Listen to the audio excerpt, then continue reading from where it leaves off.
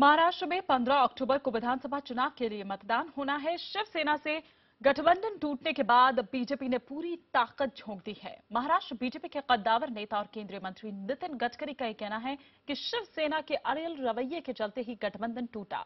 हालांकि गडकरी का यह भी कहना है कि बीजेपी शिवसेना के खिलाफ नहीं बल्कि कांग्रेस एनसीपी के खिलाफ चुनाव लड़ेगी। नितिन गडकरी से बात की हमारे। क्या बीजेपी को इस दांव में जीत हासिल होगी? क्या अकेले दम पर बीजेपी सत्ता बनाने में कामयाब होगी? इन जैसे कई और सवालों का जवाब देने के लिए हमारे साथ मौजूद है बीजेपी के वरिष्ठ लीडर नितिन गडकरी। नितिन जी, IBN 7 में आपका स्वागत है। हम बात शुरुआत करते हैं खुदगर्जी से। 25 साल का आप लोगों का गठबंधन था। जिस दिन गठबंधन तोड़ा गया उस दिन आपके नेताओं ने कहा था कि हम साथी दलों को छोड़ नहीं सकते हैं। जिस पार्टी के साथ आप 25 साल रहे, 8 महीने साथी दलों के साथ रहे, ऐसा इन 8 महीनों में क्या याराना हुआ कि आप लोग 25 साल की दोस्ती तोड़ने के लिए राजी हुए? देखिए, हमारी शिवसेना के साथ 25 साल से दोस्ती थी और लोकसभा के हर चुनाव में उनको हमने सीट भी हमारी बढ़ा कर दी और हमने सीट छोड़ी। इस बार हमारी अपेक्षा थी कि 144 पे हमारी अलायंस हो, पर शिवसेना उतना सीट हमको नहीं दे सकी।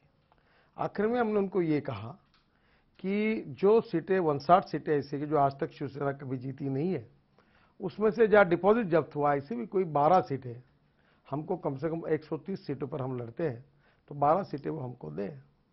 हमने उनको रिक्वेस्ट की, हमको लगा कि हमारी बात को मान्य करेंगे, पर उनने चुनाव के पहले ही 151 सीटों पर अपनी कायम भूमिका रखी और मुख्यमंत्री पद के उम्मीदवार भी घोषणा कर दी और इसके कारण दुर्भाग्यवश हमारी अलायंस नहीं हो पाई। इस बात का हमें जरूर दुख है। क्या मुख्यमंत्री का पद का उम्मीदवार उन्होंने उद्धव ठाकरे को घोषित किया? इसलिए तकलीफ, इसलिए भी तकलीफ हमने थी। भी हमारे तरफ से कम जो हमारी बात है वो उनको कहने की कोशिश की। अब ये अलायंस नहीं हो पाई, ये तो इतिहास है और इसलिए हम उस बात को स्वीकार करते हैं। पर आज प्रश्न हमारे सामने सबसे बड़ा है, हमको शिवसेना से नहीं लड़ना है, हमको कांग्रेस और एनसीपी से लड़ना है। महाराष्ट्र पर 3 लाख करोड़ का कर्जा है, 70,000 करोड़ रुपए सिंचाई के लिए खर्चा होने के बाद में भी केवल 0.01% सिंचाई हुई है। आज महाराष्ट्र में लोड शेडिंग है, बेरोजगारों की संख्या बढ़ रही है, सबसे ज्यादा देश में किसानों ने आत्महत्या महाराष्ट्र में की है। ऐसे समय महाराष्ट्र को बचाना और कांग्रेस और एनसीपी के भ्रष्ट राजनीति से महाराष्ट्र को मुक्त करना, यही हमारे लिए सबसे बड़ी प्रायोरिटी है।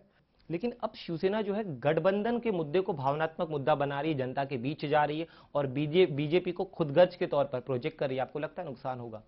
ये शिवसेना ने क्या करना चाहिए और क्या नहीं करना चाहिए उनका प्रश्न है। जहां तक हमारी बात है, हम शिवसेना के ऊपर कोई टिक्का टिप्पणी उनके नेताओं पर नहीं करेंगे। हम कांग्रेस और एनसीपी के खिलाफ चुनाव लड़ रहे हैं और कांग्रेस और एनसीपी की सरकार को महाराष्ट्र से उखाड़ कर फेंक देना, ये हमारा काम है और ये हमारा टारगेट है। बाकी बातों को हम लोग गंभीरता से नहीं ले रहे। आपने एनसीपी का जिक्र किया, उद्धव ठाकरे ने एक और आरोप लगाया है कि आप लोग की पोस्ट पोल अलायंस की डील हो चुकी थी। क्या डील हुई, आप बता दीजिए शिवसेना को। बार बार वो यही कह रहे हैं। नहीं, हमारी कोई डील हुई नहीं है और हमारी कोई बातचीत हुई नहीं है। अगर हमारे अलायंस की बातचीत होती तो शिवसेना से अलायंस तोड़ने के बाद उनके साथ हम अलायंस करते हैं। इसका कोई संबंध नहीं, आरोप सब बेबुनियाद है। एक अहम मुद्दा उन्होंने उनकी तरफ से उठाया गया है कि जिस तरह से पीएम मोदी बड़ी रैलीज करने वाले हैं, उनको आमंत्रण दिया गया है। अगर मोदी लहर है तो उनकी रैलीज की क्या जरूरत है? देखो, हमारे पार्टी में जब चुनाव होता है तो पूरे पार्टी के नेता पूरे ताकत के साथ जाते हैं। हर जिले में मोदी जी आना चाहिए, कार्यकर्ताओं की, जनता की मांग है और इसी बहाने वो जा सकते हैं। इसलिए सबका आग्रह है कि वो आए, इसलिए ज्यादा से ज्यादा समय उनका लेने की कोशिश पार्टी कर रही है।